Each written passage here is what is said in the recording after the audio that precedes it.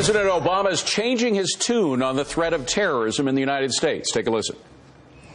Right now, we know of no specific and credible intelligence indicating a plot on the homeland. The terrorist threat has evolved. Terrorists turn to less complicated acts of violence, like the mass shootings that are all too common in our society.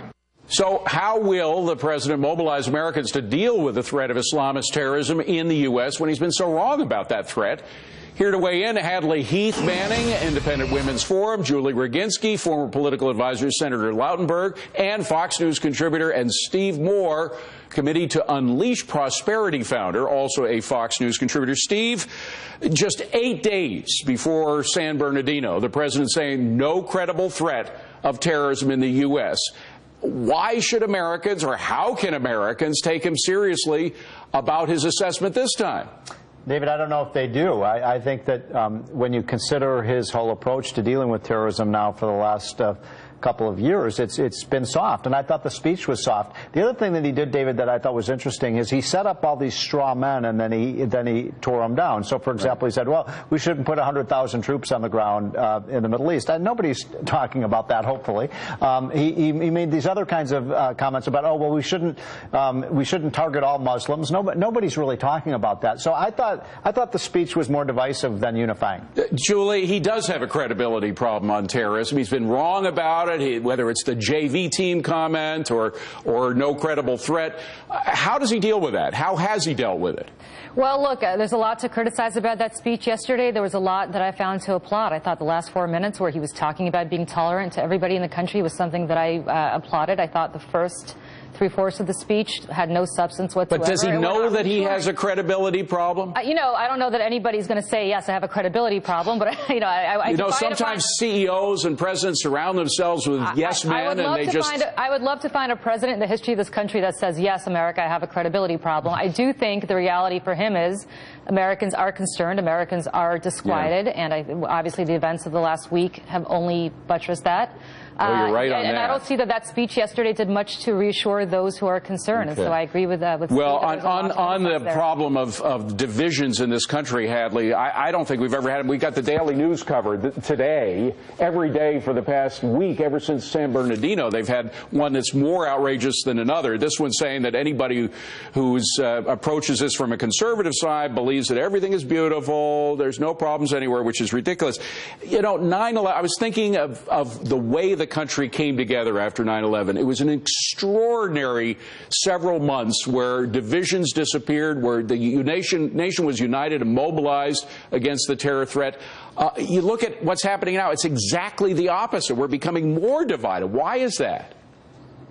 You're right. Rhetoric is important. It brings to mind the speech that George W. Bush made with the bullhorn after the 9/11 attacks. It was a unifying sort of speech that the people who had done this to us would hear from us soon. So rhetoric is important, but even more important than rhetoric is action. So I don't think that this speech from the president, the latest speech about the threat of terrorism in the United States, is really going to make a very big difference. Even before the San Bernardino shootings, we saw the majority of Americans, 60%, disapprove of his handling of the issue of terrorism. Only 35% of people approve of his handling of the Islamic State. And so he's got a trust deficit. I don't think that's going to change. We need new leadership and a new strategy. And it's just awful when you think of how wonderfully we came together after 9/11 to unite as a nation.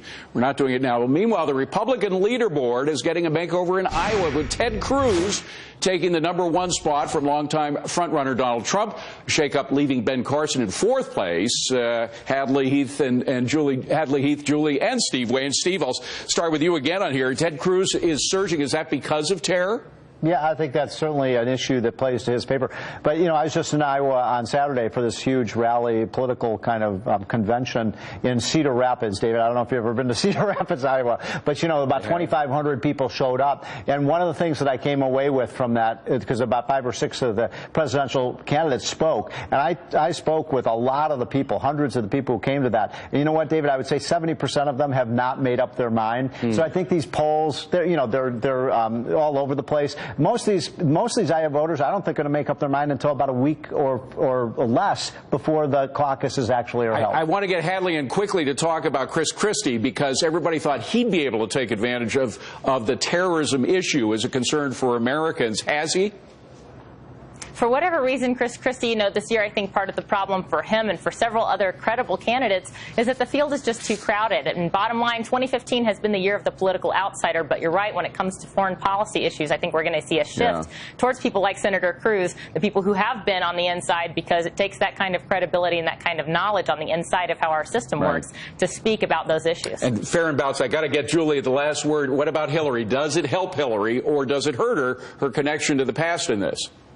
Well, I think for Hillary, obviously the fact that she was Secretary of State comes with a lot of baggage from the Obama administration, but also says that she could speak to these issues, having been in those briefings, having made those decisions in ways that nobody else can. I will say about Chris Christie, when you shut down a major interstate bridge on 9/11, when we've got major terror alerts here. Shut it down. Well, you know what? He's got a bunch of people in his administration who are indicted. You love to open a can of worms just as we're about to go to a break. Julie, thank you very much. So much for unity. Exactly.